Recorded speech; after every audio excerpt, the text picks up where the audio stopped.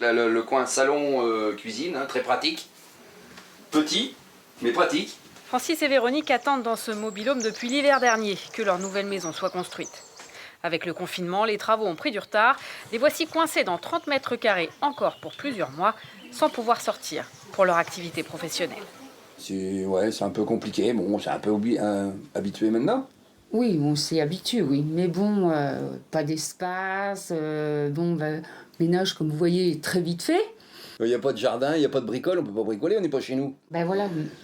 Dans le mobil-home voisin, Gaël et sa famille, nouveau venus en Vendée. Ils s'apprêtaient à visiter des logements, mais le confinement a fermé les agences immobilières, compliqué les déménagements. Alors, ils ont atterri là. Aujourd'hui, on ne peut plus se mettre en location dans des campings. On est arrivé juste avant, donc c'est ça qui nous a sauvé un peu la mise. Ça s'est fait un peu sur le tard, on va dire, mais on n'a pas le choix de toute façon, donc on ne se pose pas trop la question.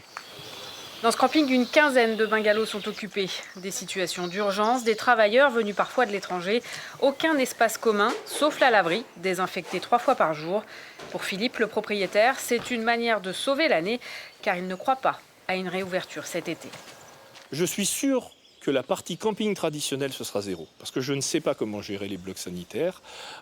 Pour la partie mobil-home, on est de la même façon sur des habitats séparés, donc je pense que c'est jouable.